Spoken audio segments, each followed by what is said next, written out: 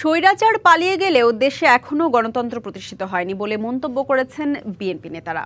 তারা বলছেন, দেশে গণতন্ত্র প্রতিষ্ঠায় নির্বাচন গুরুত্বপূর্ণ, তাই দ্রুত সময়ের মধ্যে নির্বাচনের রোডম্যাপ ঘোষণার দাবি জানান তারা। রাজধানীতে আলাদা অনুষ্ঠানে তারা এসব কথা বলেন।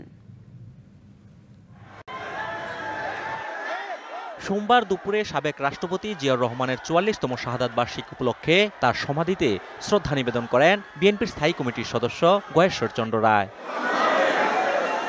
পরে সাংবাদিকদের তিনি বলেন, ফ্যাসিবাদ তাড়াতে পারলেও জনগণ এখনো গণতন্ত্রের নাগালের বাইরে। বিএনপি এখনো গণতন্ত্রের লড়াই আছে।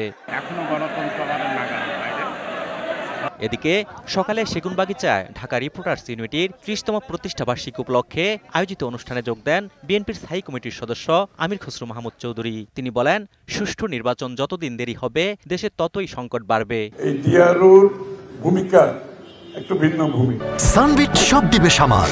সানবিট ম্যাজিক প্রেস ডিশওয়াশিং এর মাথা ঘোরানো সলিউশন। সেটা আমরা স্বীকার করি এবং এইটাই কিন্তু সাংবাদিকদের অবস্থান হওয়া উচিত। সাংবাদিকরা যদি এই অবস্থানটা অব্যাহত রাখে, বাংলাদেশের আগামীর মিডিয়ার ভবিষ্যৎ ভালো হবে বলে আমি মনে করি। মুক্ত ও নিরপেক্ষ গণমাধ্যম প্রতিষ্ঠায় রাজনীতিকদের আরও সহনশীল হওয়া জরুরি বলে মন্তব্য করেন তিনি।